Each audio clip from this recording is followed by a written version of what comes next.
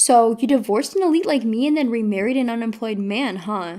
My ex-husband Brian's voice echoed throughout the fancy restaurant. Sitting next to him, the woman who was his affair partner back then looked at us, covering her mouth as if trying to hide her amusement. Well, I guess a divorced nurse like you can only marry an unemployed man. Is this your husband? He's quite a plain-looking guy. Perfect for you. Brian said something like that. My current husband stepped forward, shielding me. Please stop. I won't allow you to make fun of Mary any further. Oh, the unemployed husband has appeared. Hey, do you know who I am? I know very well, that's why. At that moment, my husband's words made my despicable ex-husband freeze. My name is Mary. I am 27 years old and I've been married for 2 years. I have been working as a nurse, my dream since I was a child, and my days are busy but fulfilling. Hey Mary, look at this! In the morning, Brian, my husband, called me over with a bundle of papers and a happy expression. What's going on? Wow, that's amazing! It was the company newsletter for the advertising agency where Brian worked. Ranked number 1, Sales Department's Rising Star, Brian. The headline was accompanied by a photo and interview of Brian with a proud smile. I'm in trouble, they featured me again. While saying that, Brian couldn't hide his joy. Brian was an elite, having graduated from a well-known university and working at a major advertising agency. That's amazing, Brian. I'm happy too. Well, as a mere nurse, you can't imagine this glamorous world. As I struggled for words, Brian, tightening his tie, said, I'll be late tonight due to a business dinner. I don't need dinner, see you. Okay, take care. Brian had this side to him. We were introduced by a mutual acquaintance and eventually got married, but after a while, he would sometimes belittle me and my nursing job. At first, he shared household chores with me and spoke kindly, but recently, I'm the only one doing the chores and I catch glimpses of his condescending attitude. When I asked him to help with housework once, he said, I'm an elite ad salesman, you're just a nurse. Even you should know who has it harder. Serve me quietly. When we were dating, Brian was kind and everyone envied us as a couple. It would be a lie to say I didn't feel secure being with an elite. I grew up in a single-parent family and my mother had already passed away, so I wanted to have my own family as soon as possible. I need to have a proper talk with Brian. With that thought, I went to work that day. Good morning, did you sleep well? I'll take your temperature now. Good morning, thanks to you, I slept well. When I spoke to Mr. Green, a patient hospitalized due to injuries from a car accident, he replied calmly. Mr. Green is about 7 or 8 years older than me, but he seems to love playing video games and often plays them in bed. However, he always thanks me when I assist him and speaks politely when we chat, which makes me happy. It feels rewarding when patients thank you for your work. That day, I worked diligently from morning to evening until it was time to finish work. On my way home, I realized that Brian's birthday was coming up soon. Since he said he would be late today, I thought it might be a good idea to choose a gift for him before going home. I might as well dine out alone.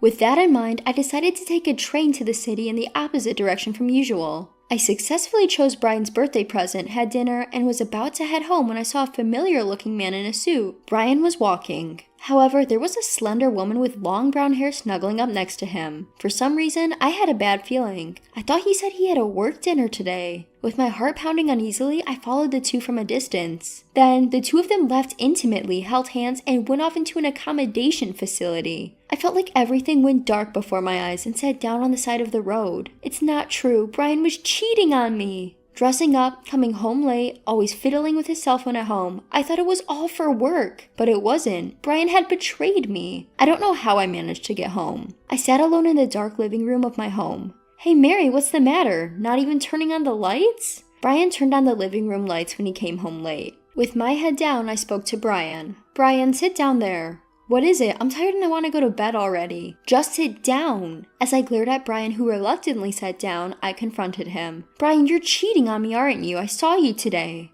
Brian looked surprised for a moment, but then sighed. Is that all? What do you mean, is that all? Yeah, that's right. I have another girl I'm dating. She's a receptionist at work, famous for being cute. Can't help it, can I? I'm popular. What are you saying? As I was astonished by Brian's brazenness, he continued, You should be grateful that I've been with someone like you, who has nothing going for them. Your face is nothing special, you work as a nurse, a lowly job, and you have no parents. How can you keep someone like me, Mary? What? Well, it doesn't matter. I kept you around as a housekeeper, but you're no longer needed. Pack your things and leave. Brian glanced at me, unable to speak from the shock, and went to the bedroom. I couldn't sleep all night and was left devastated, but I still had to go to work. Leaving the house before Brian, I tried to do my usual work despite the struggle. Did something happen? You look pale. Surprised, I looked at Mr. Green holding a game console, staring at my face. I'm fine. It's disgraceful for a nurse to be worried by a patient, haha. Trying to laugh it off, Mr. Green shook his head and said,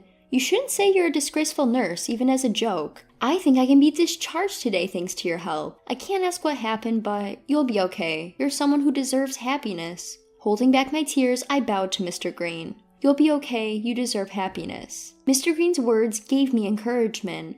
That day, I packed my things, left the completed divorce papers, and moved out of the house. The next day, Brian called. "I filed the divorce papers." "Understood. Now you're a divorcee with no parents and an ugly nurse. Do your best to be happy. Goodbye." Not wanting to hear Brian's laughing voice any longer, I hung up. And so, our divorce was finalized. For about a year after that, I was even more absorbed in my work than before. After moving, I requested to be transferred to a busy department, which left me no time to feel lonely, and it might have been for the best. On a day off, I went shopping nearby and ran into a familiar face in the park on my way home. "Ah, Mr. Green! Oh, it's been a while. Thanks to you, my health has improved a lot." Sitting on a park bench playing a game, I couldn't help but smile at Mr. Green. We talked for a while. When I told him about finding out about my husband's affair and being encouraged by his words to get a divorce, Mr. Green seemed surprised. "That must have been tough. You did well to get through it." "Thank you. I've been holding on to the words 'I'll be okay' like a charm." On the way home that day, Mr. Green invited me out for dinner. We exchanged contact information, and even though we went home that day, we continued to go on several dates afterward. Eventually, I accepted Mr. Green's, or rather, Sam's proposal to be in a relationship. Sam and I were able to go on dates even during weekdays. In other words, he didn't seem to have a job. Even so, he always treated me to meals, which I initially found quite mysterious. But above all, I was attracted to Sam's personality. He was always relaxed, composed, and polite to everyone, and he treated me with great care. His hobby was, of course, gaming, and although I had never played before, I started to join him. When we played together, Sam was clearly going easy on me, but I appreciated his kindness. A year after we started dating, Sam proposed to me. "I'm not beautiful, and I don't have any parents. Are you sure it's okay?" When I said that, Sam looked a bit troubled. "Mary, you're still hurt from your previous marriage, aren't you? You're a wonderful woman. Let's become a family and live happily together." Hearing those words made me so happy, I decided to remarry. This time, it'll be okay. Being with Sam made me feel so much happier than when I was with Brian. A year passed and Sam and I got married, and our relationship was still going strong. Since it's our wedding anniversary, let's go to a special French restaurant. Sam told me the name of the restaurant with a smile. It was a high-end restaurant even I was familiar with. Is it really okay to go to such an expensive place? It's a special day, of course it is. Thank you. We usually ate at home or went out for Japanese food, which we both loved, so this was a refreshing change. We dressed up to the nines and headed to the restaurant. As we joyfully enjoyed the dishes served, we were having a blissful wedding anniversary when suddenly I heard a familiar voice. "Mary? Hey, is that you, Mary?" I looked up to see the face of Brian, whom I never wanted to see again. Next to Brian was the woman he had cheated on me with, her arm linked to his. "What do you want?"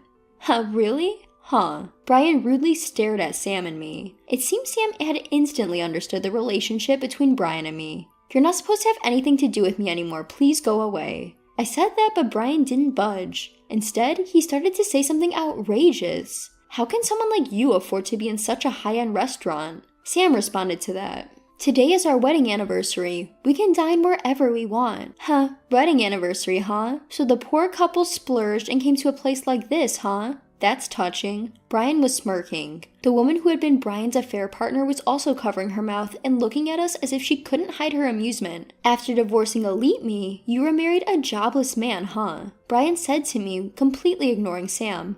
"Huh? What's that? Where did you hear that?" "I ran into one of your colleagues and heard it. They said you're going on dates even on weekday afternoons and that they've never seen your partner wearing a suit. Plus, they said he's a gamer boy. Is this the jobless husband? He's a fittingly dull man for you, huh?" Brian continued to mock me, who was too surprised to speak. "Well, a divorced nurse like you can only marry a jobless man, huh? You must be supporting this old man, huh? Good for you." "Hey, stop it. But, you know, a high-end restaurant like this doesn't suit a poor couple like you. You must have saved up all your pennies to come here, but read the atmosphere, you're lowering the tone." Brian still continued to say such things. Brian's abusive words echoed through the high-end restaurant, and before we knew it, we were the center of attention. He had always belittled me, even when we were married, and now he was even mocking my husband, Sam. I won't forgive him. Never. I reached my breaking point. As I tried to stand up, Sam stood in front of me as if to shield me. Please stop. I won't allow you to ridicule Mary any further. Then, Brian said, trying to hold back his laughter, oh, the jobless husband has appeared. Even jobless, you'll defend your ugly wife, huh?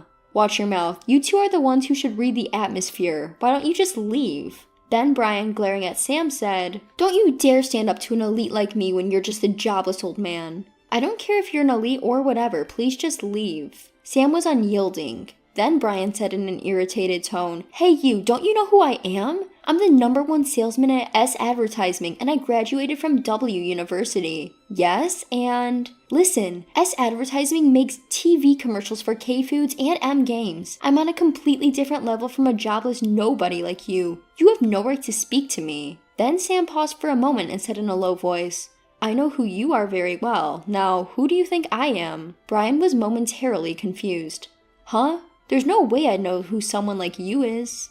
Then, the woman next to Brian, who had been silent until now, let out a small scream. Wait a minute, this guy, isn't he Sam Green?